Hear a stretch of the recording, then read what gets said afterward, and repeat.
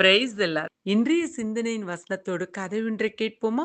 Ramkumar sir சமுதாயத்துல பெரிய அந்தஸ்துல இருக்கிறாரு. அவர் பேர் என்ன, புகழ் என்ன, செல்வாக்கு என்ன? அப்பப்பா! அவரை பேட்டி எடுக்க வந்தவரு, "சார், உங்களுடைய இந்த அசூர வளர்ச்சிக்கு என்ன சார் காரணம்?" அப்படின்னு கேட்டாங்க. பதிலுக்கு ராம்குமார் சார், "இதெல்லாம் எங்க அப்பாவோட கடின உழைப்பால வந்தது. அவர்தான் அவர்தான் இதுக்கு முக்கிய காரணம்." அப்படின்னு சொன்னாரே பார்க்கலாம். இன்றைய வேத வசனத்தை பார்ப்போமா? உன் பேரை பெருமைப்படுத்துவேன், நீ ஆசீர்வாதமாய் இருப்பாய். ஆதியாகமம் 12ஆம் அதிகாரம் 2ஆம் வசனம். உடைந்து போன நிலைமையில ரொம்ப வறுமையிலும் வேதனையிலும் நீங்க இருக்கீங்களா? நமக்கு ஒரு தகப்பன் உண்டு.